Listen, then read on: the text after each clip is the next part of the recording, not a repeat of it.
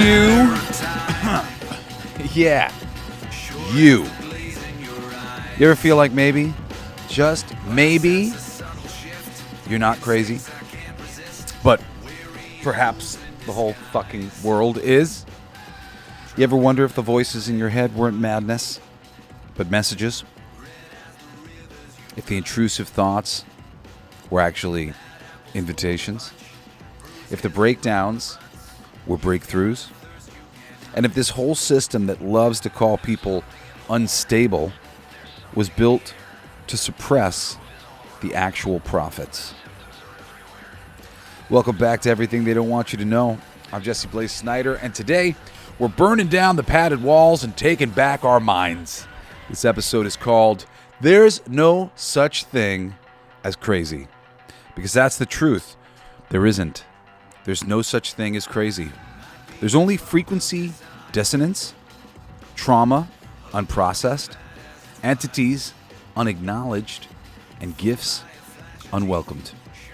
Crazy is a slur against the misunderstood, the awake, and the energetically unprotected. It's spiritual slander, soul shaming, a psychological kill switch, if you will. You see, there was a time when the people who had visions, who heard voices, who talked to animals or channeled dead ancestors, they weren't medicated. They were initiated. They were the shamans, the mystics, sacred lunatics, oracles. But we don't live in that kind of culture anymore, do we? Nah. We live in a world where they call that bipolar, or schizophrenic, or psychotic. They strap a label on you, dose you with pharmafog, and call it treatment. But what they're really doing? They're interrupting the download. They're scrambling the signal you're receiving from higher planes. And they've been doing this for centuries, longer than we know. Because here's the kicker. Those old insane asylums, the sanitariums, the loony bins, they were built on purpose, on top of ley lines, natural energy grids of the earth, places of intense spiritual power. But why? Well, because the elites, the secret puppet masters, they knew exactly what they were doing then, and I think to a lesser extent now, but they still know what they're doing. They weren't just locking people up. They were concentrating the world's most psychic, sensitive, and spiritually activated individuals in one place to drain them, to distort the grid, to feed the machine. So today, we're going to talk about it. The real meaning behind mental illness, the hidden spiritual roots of anxiety, depression, schizophrenia, and more, in detail. Why the so-called mad are often the most tuned-in people on the planet. How the world systematically discredits mystics and misdiagnoses miracles. And why crazy might just be the highest compliment you never asked for. By the end of this episode, I want you to see the truth. Crazy was never the disease. It was always the disguise, a camouflage to keep the real ones quiet. But not anymore. We're pulling the veil off this lie once and for all. Let's get into it, because this is everything they don't want you to know.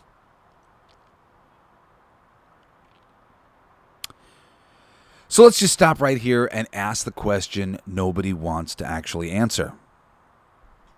What is crazy? Like, seriously, what does that word even mean? Because I'll tell you what it doesn't mean. It doesn't mean broken. It doesn't mean dangerous. And it sure as hell doesn't mean less than. Crazy as we use it today is a garbage term. It's the junk drawer of human consciousness, basically. It's where we throw everything we don't understand, don't want to deal with, and can't profit from. Someone's acting outside the norm? Crazy. Hearing voices? Crazy. Seeing things you can't. Crazy. Feeling too much, believing too deeply, loving too loudly. Crazy, crazy, crazy. But here's the thing. The norm is what is bullshit. The norm is a traumatized, disconnected, dopamine-fried shell of a human being. The norm is half dead by design. So when somebody breaks that pattern, when they glitch out of the matrix, it looks scary. But maybe it's not a breakdown. Maybe it's a spiritual emergency. Maybe it's a frequency awakening. Maybe it's the system collapsing in one person's body. Because guess what? Every so-called mental illness we've labeled and boxed up and numbed with meds, every one of those is a mystical experience in disguise. A mystical experience. Mystical, magical, wondrous.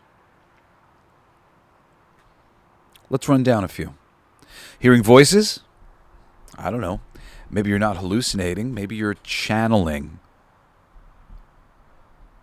Are you disassociating from your body? Maybe your soul's trying to leave because the energy here is toxic. Mania? Maybe that's Kundalini energy surging up through the base of your spine in an untrained nervous system. Depression? It's not a flaw.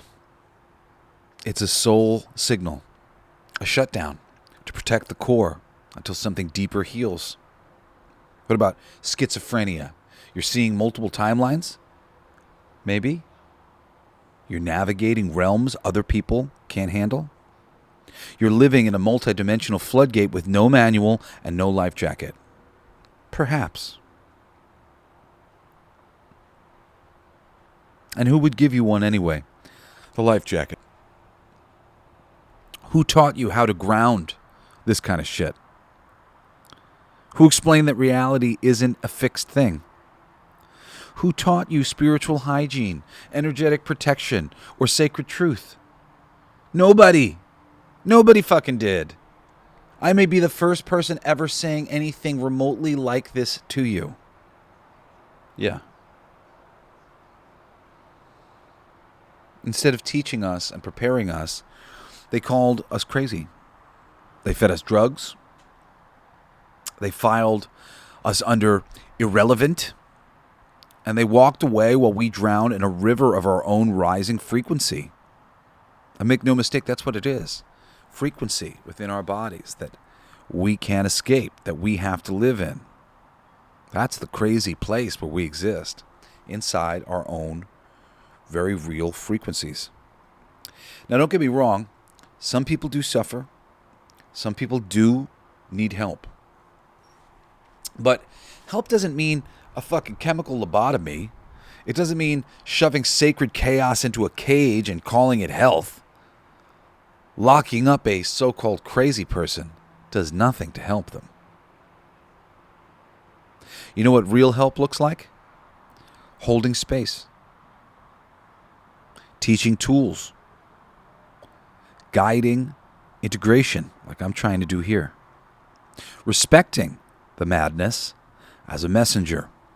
And that's the key. The madness is a messenger. It's the soul trying to break through the crust of conditioning. It's the body saying, this isn't working anymore. It's the spirit knocking on your ribs like, hey, this is not your home. This cage doesn't fit. Wake the fuck up. So what is crazy? It's a word they made up to shut down the spiritual revolution happening inside the human nervous system right now. It's been going on for a long time. It's a blanket thrown over a fire they didn't know how to control. Basically, it's the name they gave to unprocessed light when it cracked through the walls. But there's no such thing as crazy.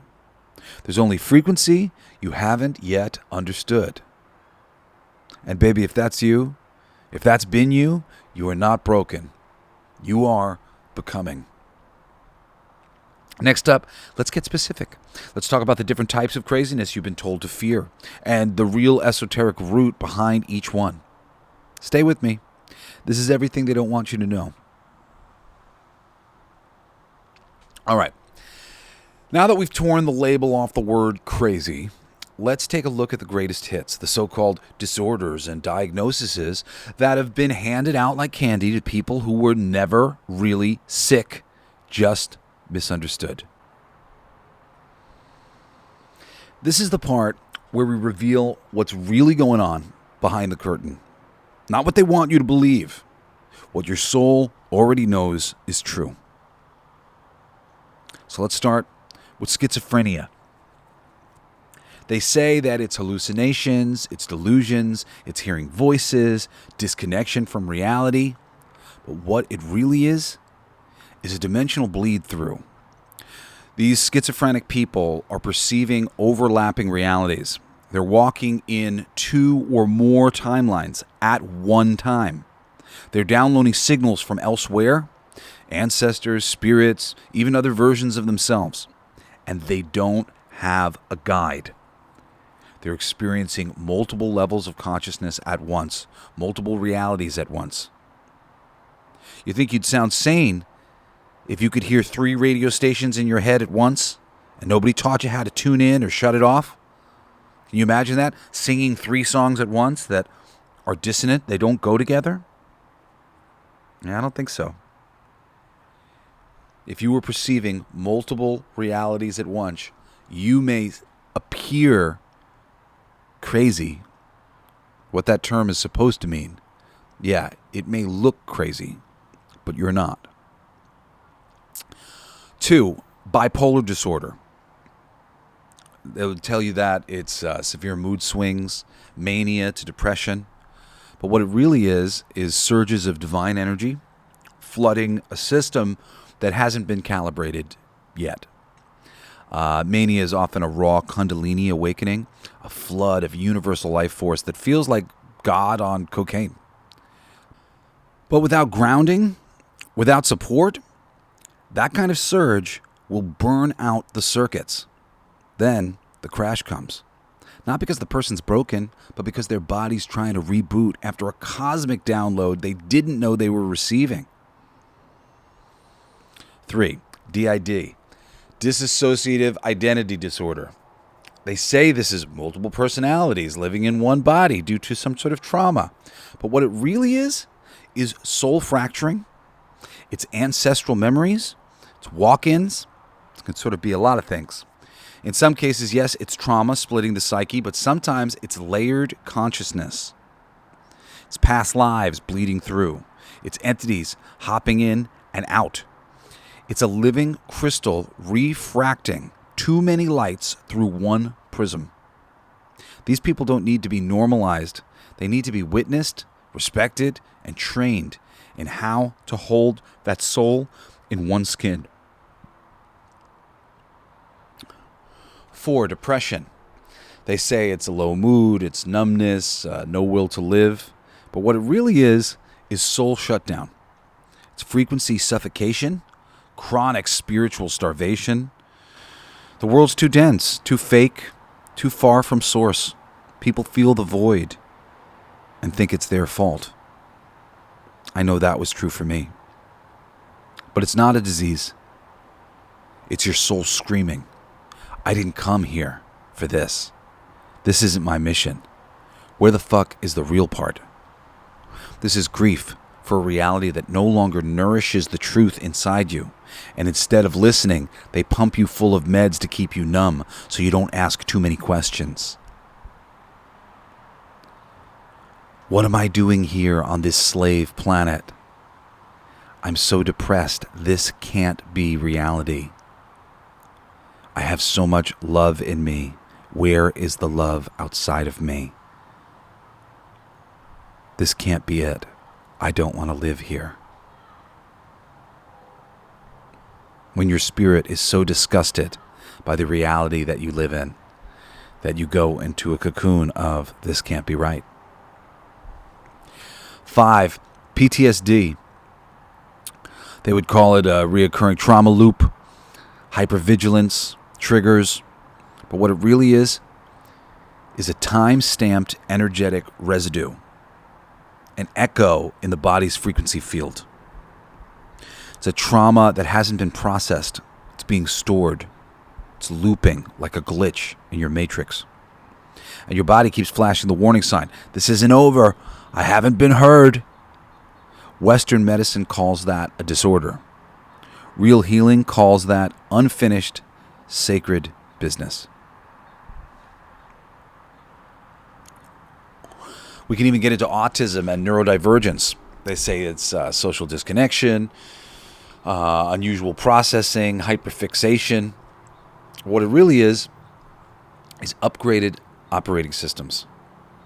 These aren't broken humans. These are early adapters of the new human blueprint. The world just isn't really built for them yet. Autistics aren't deficient. They're advanced. Their sensitivity is a feature, not a flaw. And the system is terrified of them because they can't be gaslit. They see too clearly. They feel too purely. They don't play the bullshit game. So they label them, and they sedate them, and they try to teach them how to not be who they are. I've talked about this before, that I'm very high-functioning autistic, somewhere on the spectrum there or whatever. There are a lot of heavy metals and things that are getting in the way of different signals for a lot of these autistic kids, making them what you would call low-functioning autistic. It doesn't have to be like that. They don't have to be low-functioning autistic. They're really just very sensitive and very focused and very brilliant. If we were treating them properly, it wouldn't be a problem at all.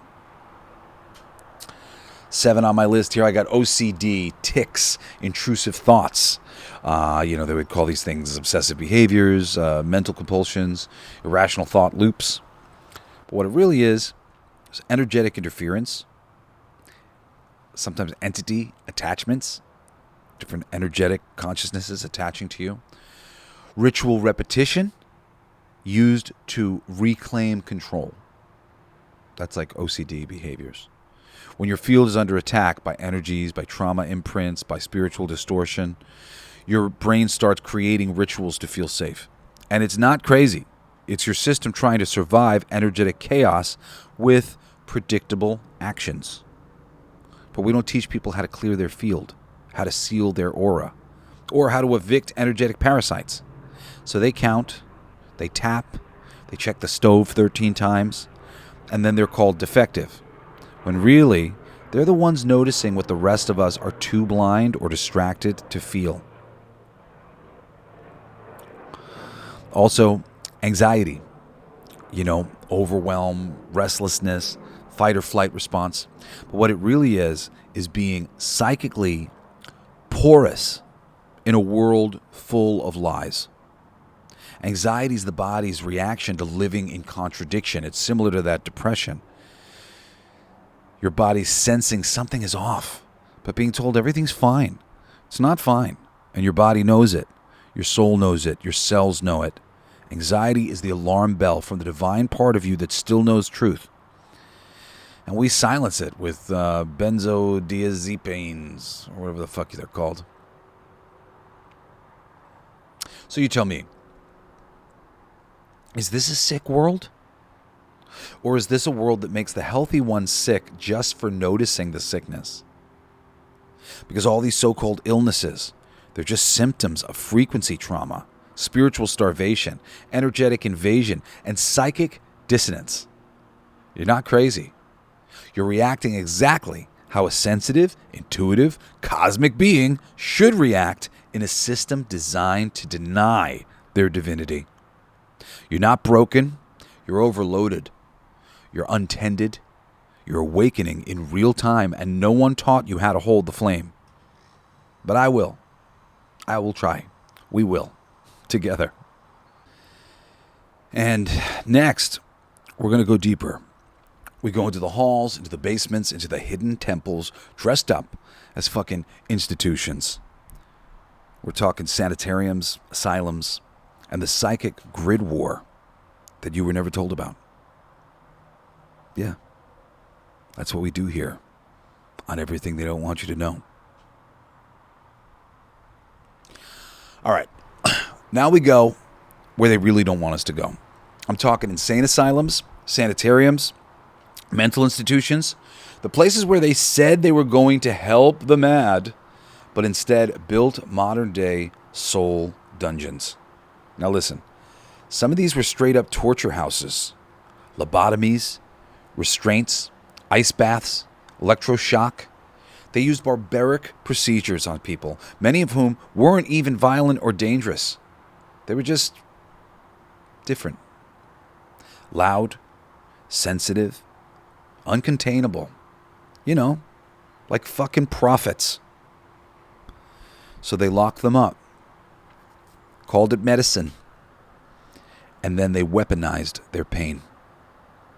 Here's the secret they don't want you to know. Most of these institutions were intentionally built upon ley line nexus points.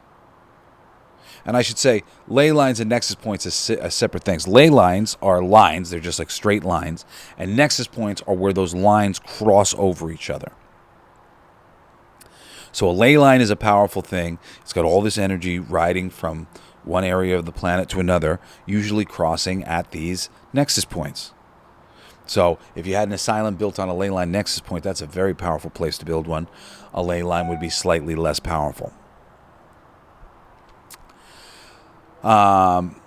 Ley lines, natural energy grids of the earth, sacred intersections of electromagnetic flow, spots where spirit runs hot, where portals open, where reality and the veil, as they call it, gets thin. If you ever watched Twin Peaks, you know, that place where they have the red door, you would probably call that a ley line nexus point. A place of a thinning reality. Often these ley line nexus points tend to be at areas where rivers cross. When 2 or 3 rivers cross and there's water coming from this direction, water coming from the opposite direction, and coming from another opposite direction, that will create thin veil areas. And the ancients, at least a portion of them, and I mean still to this day, cultures and fucking shaman all over planet Earth who we discredit from our big cities and our big countries, and we fucking look at these people like they're fucking idiots. They know this. They've known about this stuff for a long time.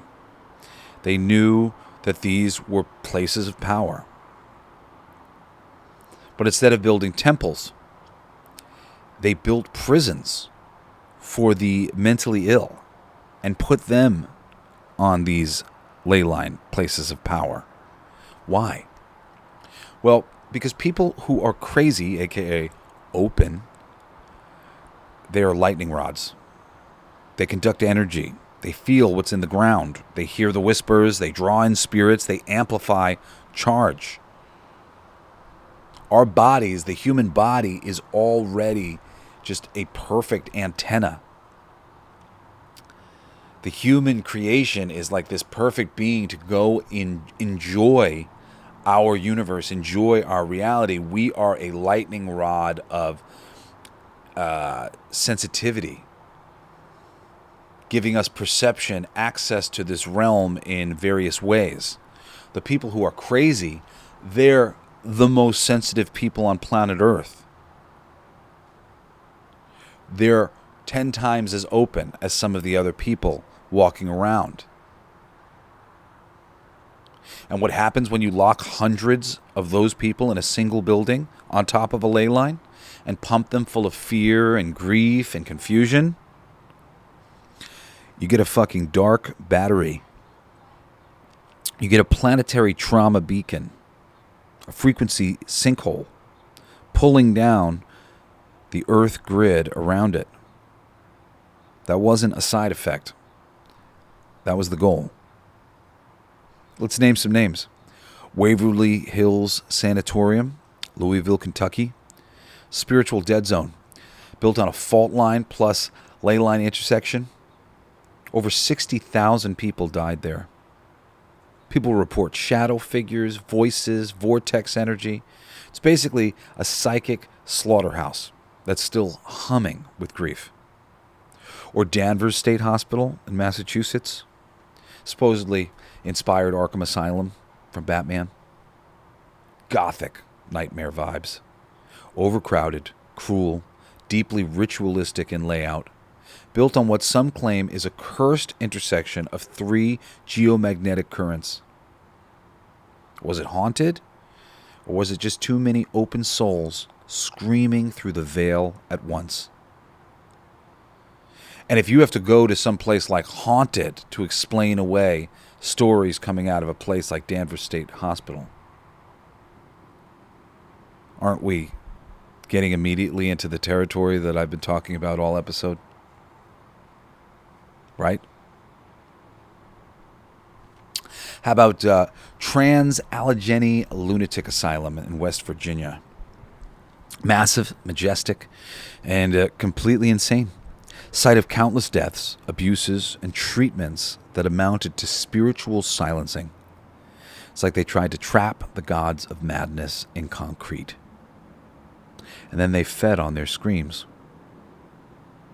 Make no mistake, that is what's happening here. People with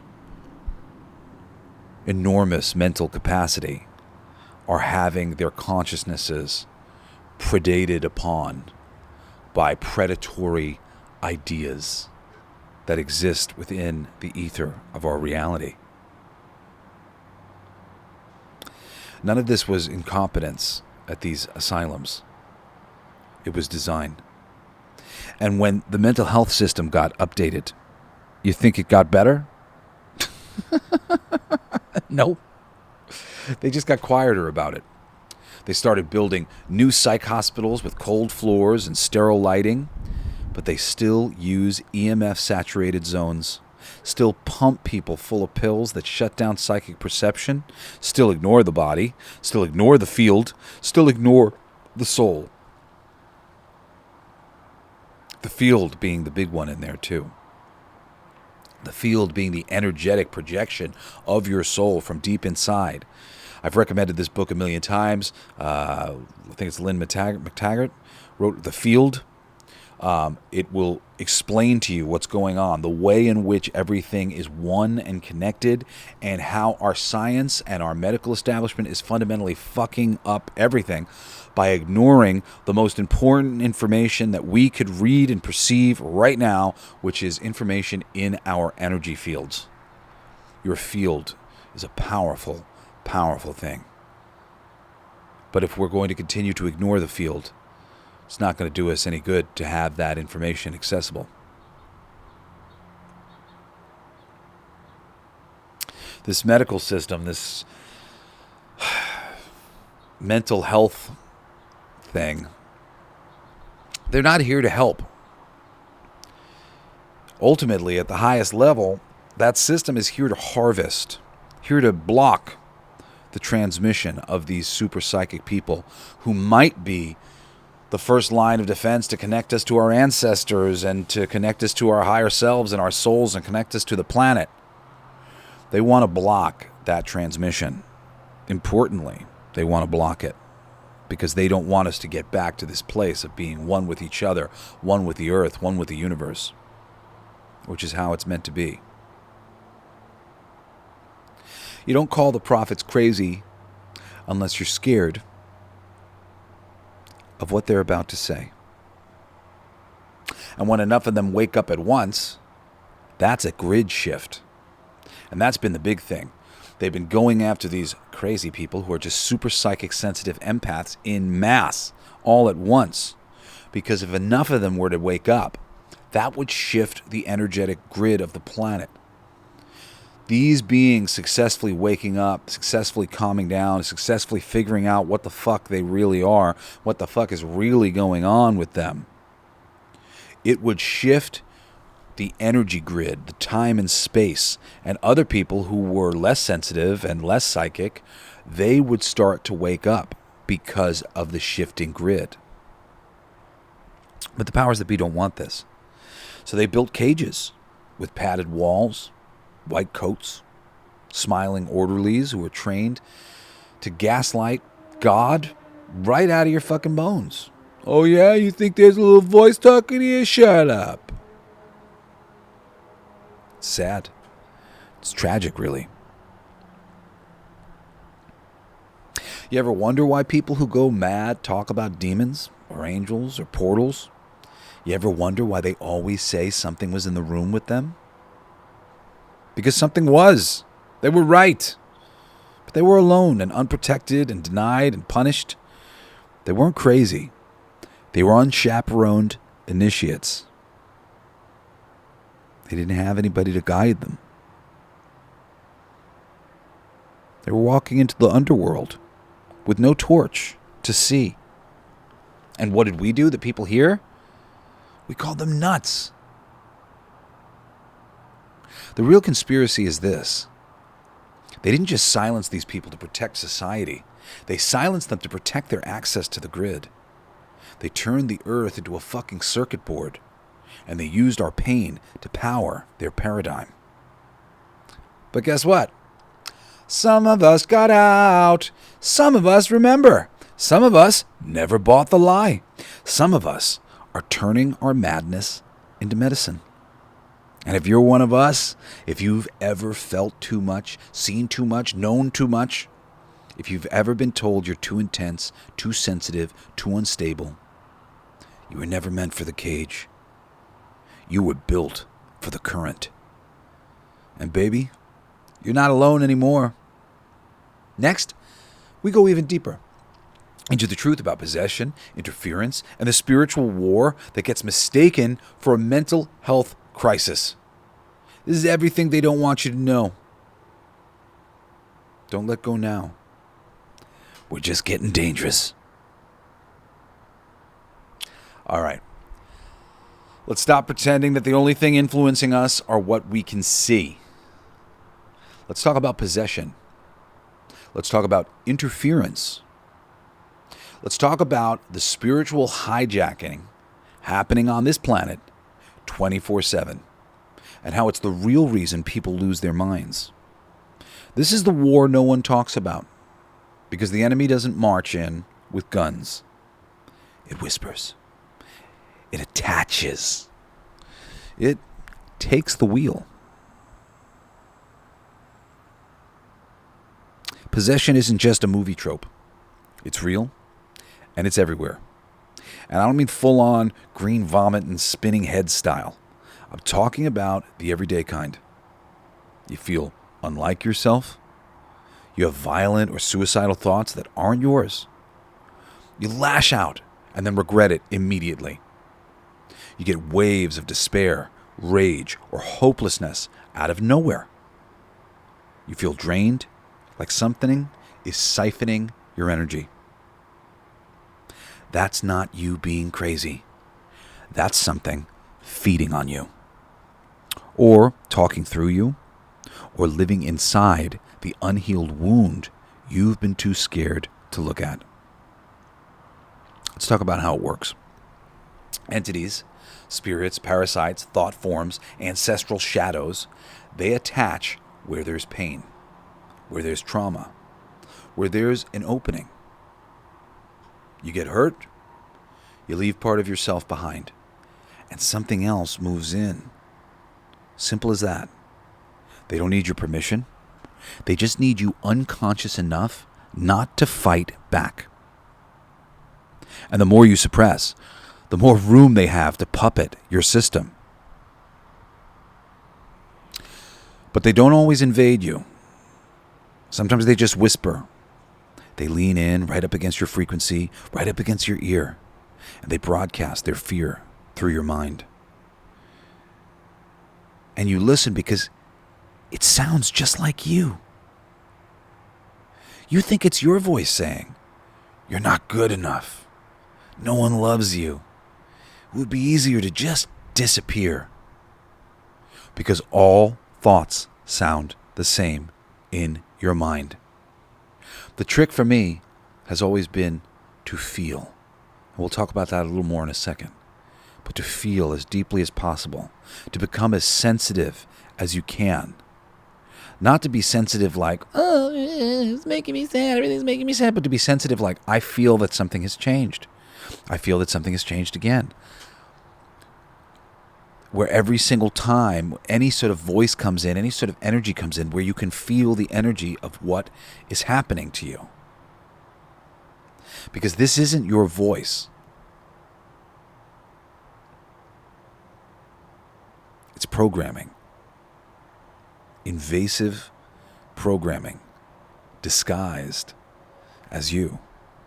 And if you don't become a very discerning ear, a very discerning sensitive, who can recognize the amount of different things that possibly could get processed through your body without you having to give permission or set it up in the first place, you're just going to be stuck in the programming.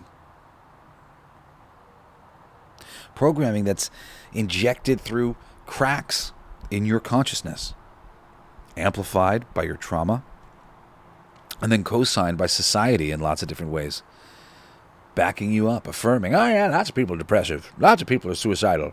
No, we're suicidal because this place is fucked up, fundamentally broken.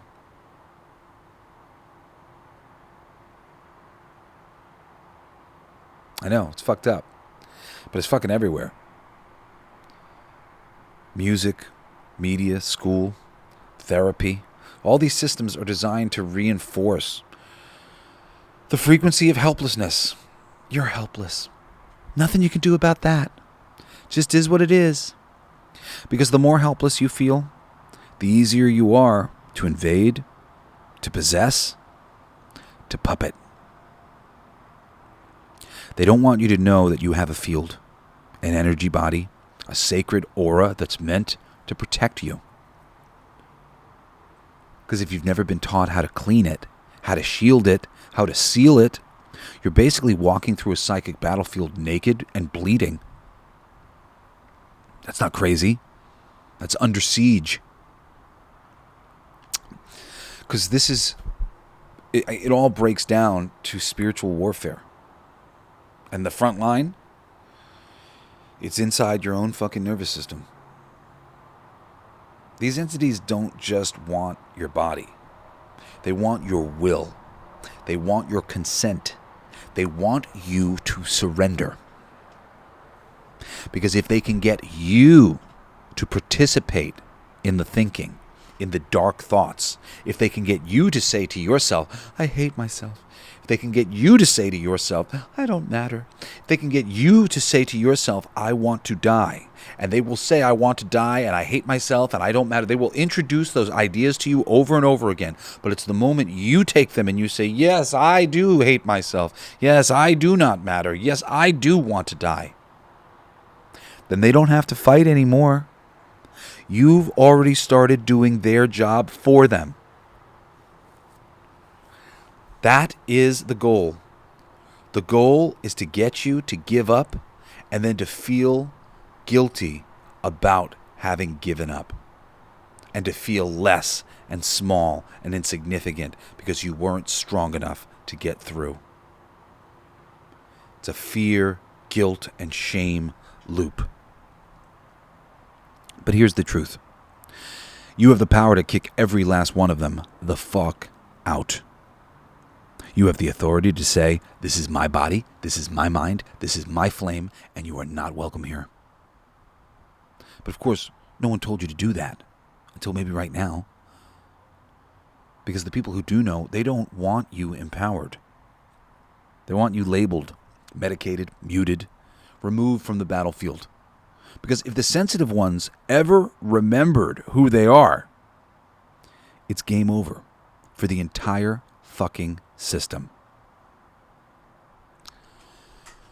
Some signs that you might be dealing with spiritual interference: chronic brain fog that won't lift, self-harm urges out of nowhere, sleep paralysis or shadow figures, emotional chaos and cycles, compulsive behavior that you can't explain, feeling watched or not alone in empty rooms, losing time or memory blackouts. And granted, there are other things that this could be explaining as well, but these could be signs of spiritual interference affecting your mental health. If any of these things are true, you're not crazy. You're being targeted. Why? Because you're bright, sensitive, important. You were born for something they can't control. And hey, the word important, don't let that scare you. There are some people on planet Earth who are just sort of larger containers of light and energy. I'm one of those people. It's very difficult, I don't want to be big. I don't want there to be some sort of compliment that can be given to me that can't necessarily be given to other people. I don't want people to feel inferior. I don't want to be superior, but it doesn't matter. We're all one. Don't feel bad for being important. Everybody is going through cycles, ups and downs and whatnot, and they will be more important in the future in their own existence. They're just in the current state of existence that they're in, and their state of existence is what it is. Your state of existence may be important. It may be important enough to target. It may be important enough to put through despair, to try and shut down, to try to get you to commit suicide. Because the amount of energy that you're carrying, the amount of transmutation of this electromagnetic energy, everything is just energy. The idea that if enough empathetic, crazy people were over to become healthy at once, that it would change the entire grid, that the energetic grid would change. Other things would start to format like it. When there's like energetic things are going on, and then you introduce something into the system, and then all of a sudden it eventually bounces off all the things, and eventually they all come into, I think they call it entrainment. They become entrained with one another. That entrainment is what is about to happen. Like right now on planet Earth, we're about to make a huge growth, leaps and bounds, because entrainment is about to happen. People like me and others, there's lots of people like me out there in the world. You're one of them. We're people like us. That's really what I should say. We are going to start to become entrained with one another. It's going to amplify the vibration that we're already all picking up on, the direction that we're already headed in. But more so, it's going to start to pull in the other energies around us like a vortex, and they are eventually going to become entrained with us as well. You see, you are important. You were born for something that they cannot control. They can't control that sort of energy. Once that gets going, it takes on a life of its own. And that, truly, makes us all dangerous. We are dangerous to this system. It seems like we're still so far away from being able to change this system, but we're not that far away, because so many of us have become so awake to what is really going on. You're not weak, okay? You're untrained. You're tuned in to a level most people have shut off. And don't let me sit here like I'm talking from a place of having been trained so much more than you. I'm untrained. I've had to train myself by myself. Half the fucking gurus on planet Earth, they're just, they're wrapped up in their ego and they want to be worshipped, and it's just it's very difficult here to figure out how to navigate this place. But that doesn't make you sick. It makes you sacred. It's time to learn how to guard your gate. It's time to call your energy back. Time to break the chains in the unseen. You don't need another diagnosis. You need a sword. And that's what we're going to give you. Next, we'll get into what real healing looks like, what integration actually means, how to reclaim your power, your perception, your path, and how to help others who are still being mislabeled, misdiagnosed, and misunderstood. Because the end of crazy is the beginning of truth. You're listening to everything they don't want you to know. Okay. Now that we've torn this thing down to the bone, let's talk about what rebuilding actually looks like. Because the truth is, healing doesn't mean going back to who you were before. It means becoming who you were always meant to be. Before the world tried to tell you who you weren't. You're not here to be normal. You're here to be whole. And I think you're all going to like that a lot better. Because whole means all of it. The weird, the raw, the wild, the sacred. All the stuff they call too much or too broken. That was just the unpolished magic that they couldn't recognize. Yet. Healing isn't fixing. It's remembering. We don't fix what isn't broken. We retrieve what got scattered. We honor what got shamed. We witness what got buried. Healing is soul retrieval, pulling aspects of your soul consciousness that couldn't handle other aspects of your life back into your body. Healing is shadow integration. It's taking the darkest moments of your life, the darkest interactions, the dark parts of yourself, the parts of you that feel anger and feel hate and feel whatever else, and properly addressing them and adding them into your soul and your consciousness. Soul consciousness and shadow retrieval or regulation. Shadow integration are very similar. Healing is nervous system regulation. Getting you into normal patterns with like a high enough perspective to understand that it's okay and that you're going to be okay. Healing is spiritual boundaries. That one's an obvious one. Healing is energetic hygiene. Knowing, like when I do my meditations, I have a whole process of opening up my chakra system, putting on various shielding and like protecting myself. It's also what I said about being so fucking sensitive that when something new comes into your field, you immediately recognize it because your energetic hygiene is so good. You're like, hey, wait a second, I feel something. That's energetic hygiene. Healing is speaking your truth out loud, even when your voice shakes. The epidemic of teeth problems in our country is people not speaking truth in the world. People's teeth rotting out of their heads because they can't say their truth out loud. Being able to speak out loud. Speak ideas. Not energetically beat somebody or hurt somebody, because sometimes we'll have bad feelings or dark energetic feelings, but it's about actually being able to communicate, to being able to speak the truth. It's important. Sticks and stones may break some bones, but words will never hurt me. And I know sometimes we let words hurt us, but they're not supposed to. And being able to speak your truth to a friend, to have a friend who you can talk to, have anybody who you can speak to, important. Healing is letting the light back in where you boarded up the windows. There are lots of places where we give up and we go, oh, it's never meant to be, and we cry to ourselves or whatever. To heal is to open that door again, is to go, okay, maybe I got it wrong the first time, but maybe I can do it right this time. It's not always peaceful, this healing. It's not always pretty.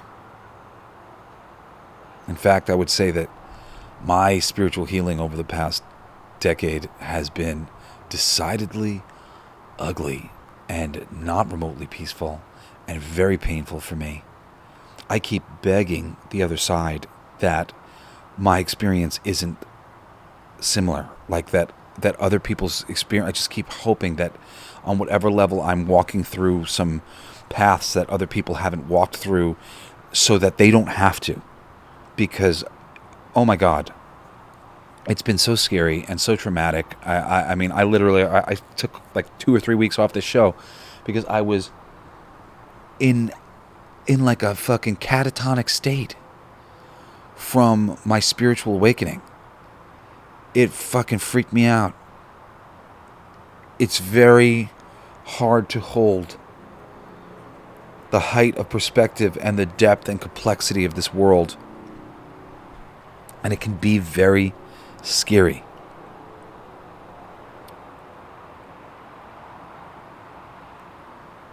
But it's always real. And I think that's why it is so scary.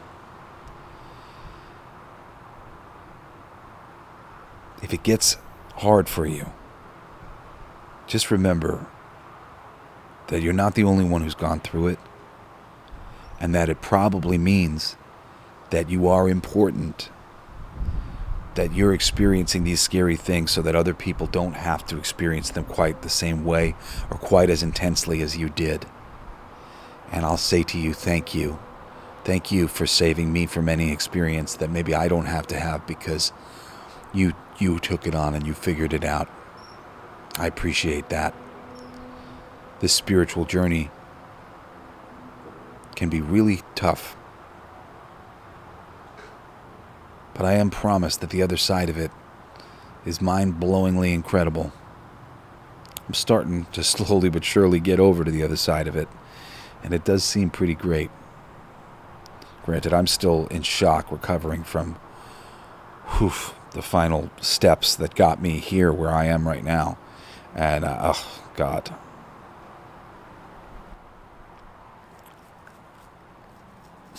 It's not always peaceful. It's not always pretty. But it is real. And you don't have to heal through shame. Okay? That's the first thing to throw out. You're not weak because you broke down. You're not a failure because you lost your way. You're not less because you needed help. You're alive. And you're aware. And that makes you powerful. The people who are fine in this world, fine, I'm fine. Everything just like this, I'm fine. They've accepted the lie. But if you're still shaking, screaming, searching, that means your soul refused to go silent. And that's something to celebrate. True healing comes through initiation, through honesty, through grief, through ritual, through remembering. You cleanse, you confront, you cast out what doesn't belong. You call in what always did belong. And you do it over and over again until your insides match the truth you came here to carry. Because healing isn't a one-time event. It's a relationship with your body, with your breath, with your boundaries, with your being. So what do you do when you start to feel crazy? You don't shame yourself. You don't go silent. You don't isolate. You stop. You breathe. You ask, is this mine? What's trying to get my attention? What's the story beneath the story here? You tune in instead of turning off. You get curious instead of condemning yourself. You get hyper sensitive. You become hyper aware. And if there's something there, a feeling, a memory, a presence, you face it. Not alone, not without tools, not without support, but with the knowing that this does not define me. This is passing through, and I have the right to let it go. You see, what you need isn't medication. It's protection. Spiritual hygiene. It's real. Your energy field is real. And when it's clean, sealed, sovereign, the voices get quiet, the static clears, the compulsion fades, the self returns. You can use sound. I just put out that solfeggio transmissions record. That's the type of sound I mean. You can go listen to that record. I'm not trying to pump myself, but you can listen to ohms. And there's various solfeggio healing frequencies. Sound can heal you. Sound can help move things. Movement, dance, movement and sound. Listen to sound. You could dance to the music that I made. You could dance to those ohms. You could move around to those ohms. Qigong and Tai Chi. Breath work. Breath work helps move this stuff, helps vibrate your body. Prayer, and prayer being the type of prayer where you envision the future and you're grateful for it because you know that it's already come, because everything is possible and God's not trying to deny you anything. You do a little rain dance. There's other things. Salt baths. I love a salt bath. Drumming.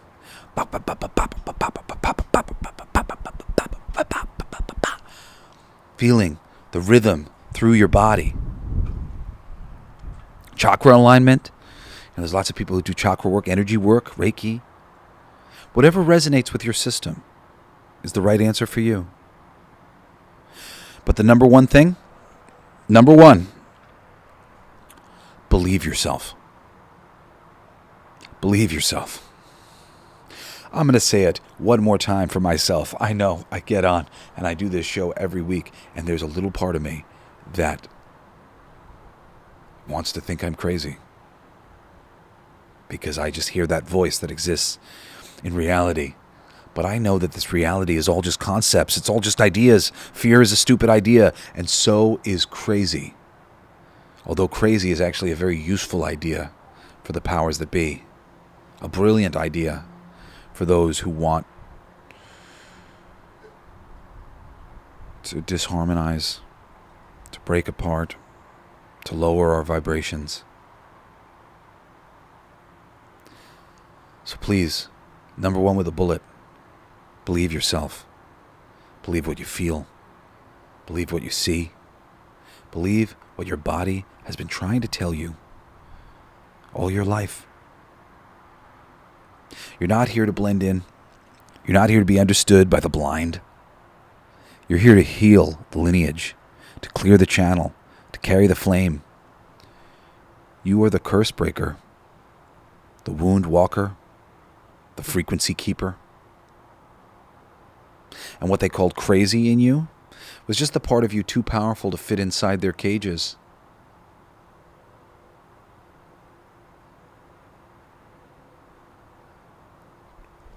When I first started on this journey into enlightenment, fucking 15 years ago or something now, the first few years of my journey, my spiritual ascension, were incredible. They were very good. I was straight edge my whole life. I started smoking marijuana recreationally, and then as like a medicine for me, to help me with my anxiety. And I literally did not know that I had anxiety, but I had anxiety like my whole life.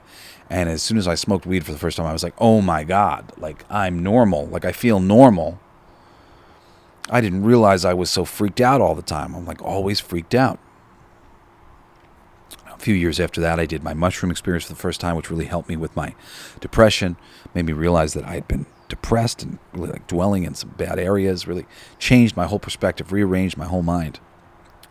So I started getting tattoos, and I was really just starting to get a hold of my anxiety, get a hold of who I was at my heart, and like beginning to kind of love myself. And even though that would really more deeply take a long time, but I didn't love myself. I was like very confused about a lot of things.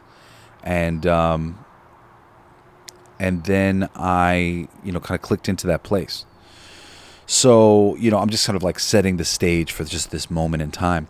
So it's probably within the first like 5 years of me beginning this process of spiritual journeying.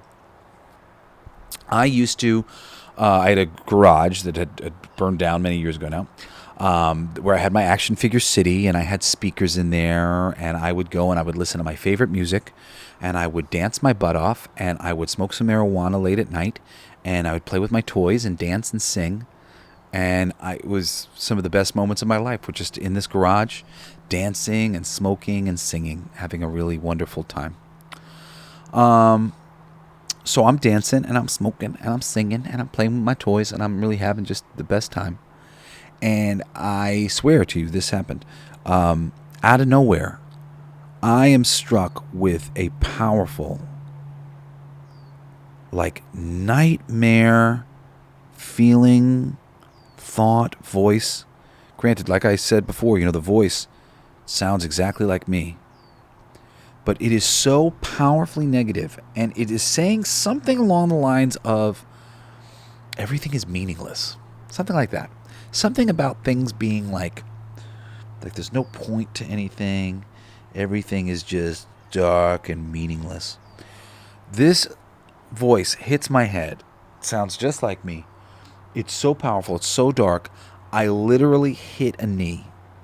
I go down to a knee in front of my action figure city, which is all lifted up, so I stand in front of it and I play, whatever. And I hit a knee. And I'm like, everything is meaningless. But then I'm literally in like the greatest moment of my life, My anxiety is like under control. I'm starting to get my tattoos. I always wanted to get my tattoos, and I feel cool. I feel like inside myself, I feel cool. I feel like, yeah, you're cool.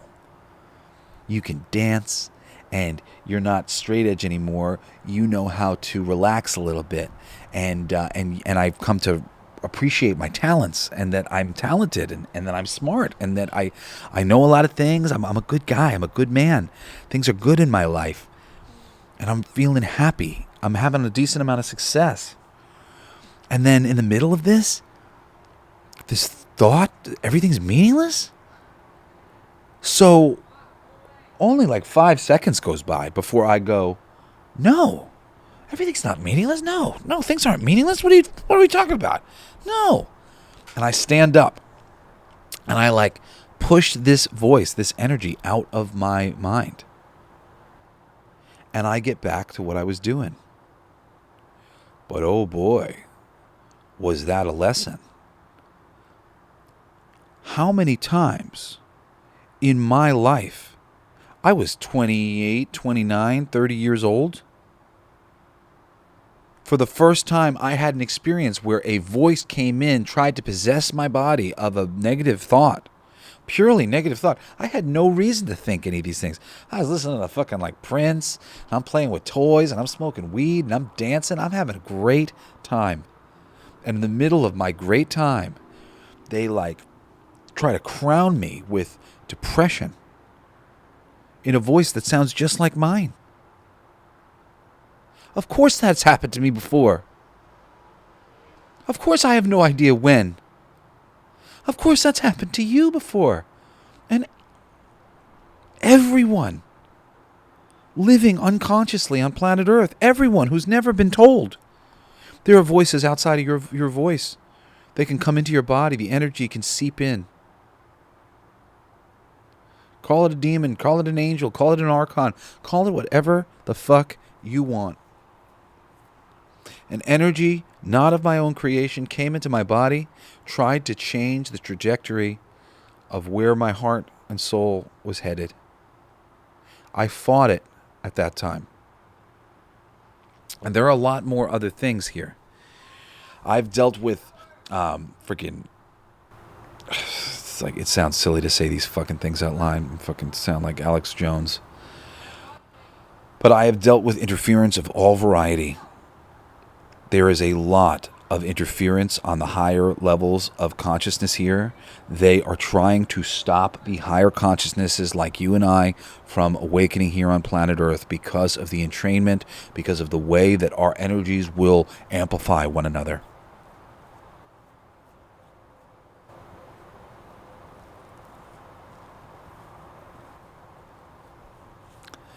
You are the curse breaker.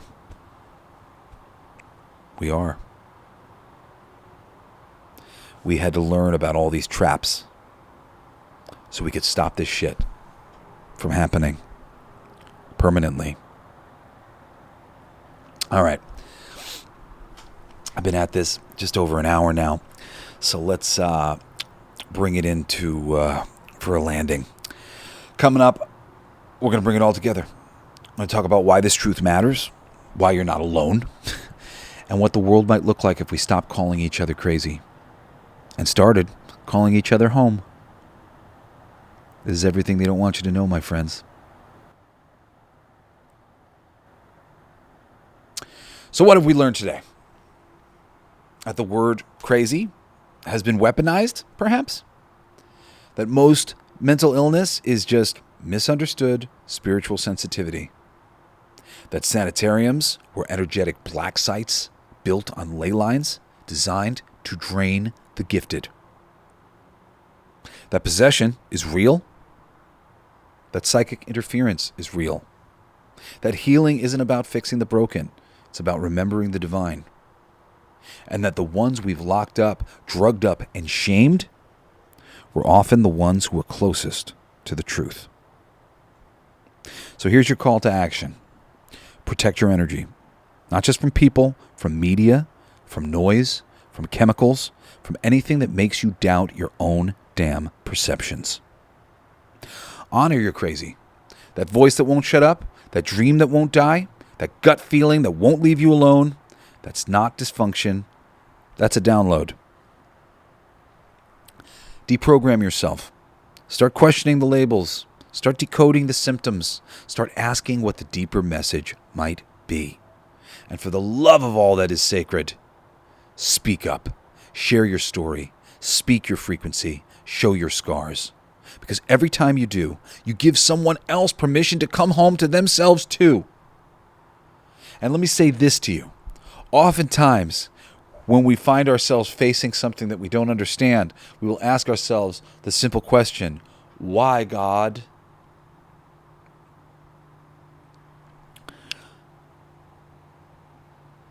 I recommend you ask yourself a different question. God is often viewed as too abstract in our own minds. What is God? It's complicated. I can't know God. God's the sum of things that I just don't know. So instead of asking yourself, why God? Remember that everything going on here was planned by you and God in cahoots. God and you were looking at all the information, and this is what you decided to do based on all the information available. So the trick there is, instead of going, why God, you go, why me? And not, why me? You go, why would I do this?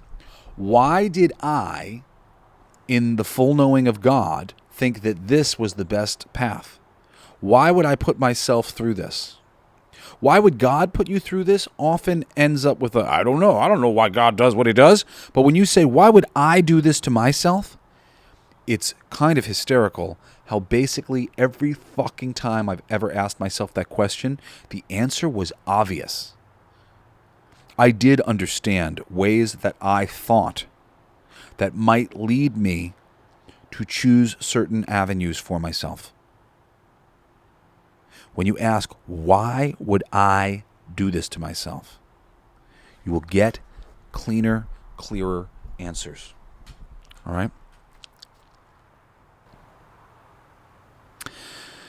If you've ever been told you were too much, if you've ever sat in a room and wondered if you were the only one who could feel it, then you need to go listen to my song, There It Is, on the Solfeggio Transmissions. It's not a plug. It's me really just genuinely like, if you have felt that way, like you're too much and you're sitting in a room and are you the only one who can feel this? Are you the only one who notices this? That's what There It Is about. There it is. There it is. There it is once again. Am I the only one who sees it when? There it is. There it is. There it is once again. But no one notices, so I pretend. It's one of the most beautiful songs I've ever written or had the blessing to be channeled through me. If you've ever been called unstable for crying too hard, laughing too loud, believing too deeply, like I have, you're not alone. You're one of us, one of us, one of us. You're one of the frequency keepers, one of the flame carriers, one of the misfit messengers the world tried to throw away. But they couldn't kill your signal. They couldn't stamp out the soul. And guess what? You've made it. You're still here. And that means it's time to rise. Not to blend in, but to reveal. Not to be accepted, but to become undeniable. Because you were never crazy. You were just always cosmic. If this episode lit something up in you, send it to someone who needs to hear it. Someone who's been questioning their sanity.